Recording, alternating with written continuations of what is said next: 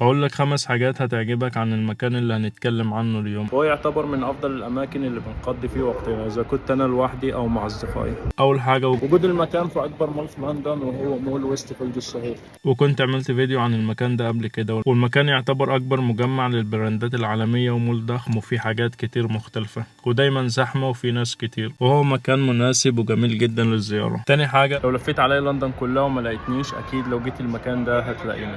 يعتبر الاماكن اللي زي دي من افضل الاماكن بالنسبه لي. مكان بسيط جدا ورايق وبعيد عن دوشة المول وزحمته، الفيو بتاعه جميل جدا، وانا عامل الفيديو مخصوص عشان اعرف الناس اللي بتروح دايما الويست فيلد المكان ده، والناس اللي مراحتش هناك قبل كده تفضلوا روح المكان ده، هيعجبكم جدا. تالت حاجة، لو انت مروحتش مكان زي ويست فيلد قبل كده ممكن ما تفهمنيش انا عايز اقول لك ايه بالظبط، لكن خلينا ابسط لك الامور. المول طول الوقت زحمة جدا، يعني هتلاقي ناس كتير على مدار اليوم. فاللي بيعجبني في المكان اللي بنتكلم عنه اليوم انه في مكان زحمة جدا، لكن ساعة ما تخشه هتحس بالهدوء. مكان هادي وبسيط ورايق، والقعدة فيه ممتازة اذا كان من جوه او في البلكونة من بره. رابع حاجة، موقع المكان موجود جوه جون لويس، هتطلع الدور التاني والتالت وهتلاقي المكان. خامس حاجة، خلاها للناس اللي زارت المكان واللي بيحب ومهتم بأماكن زي دي في لندن ياريت يعرفني.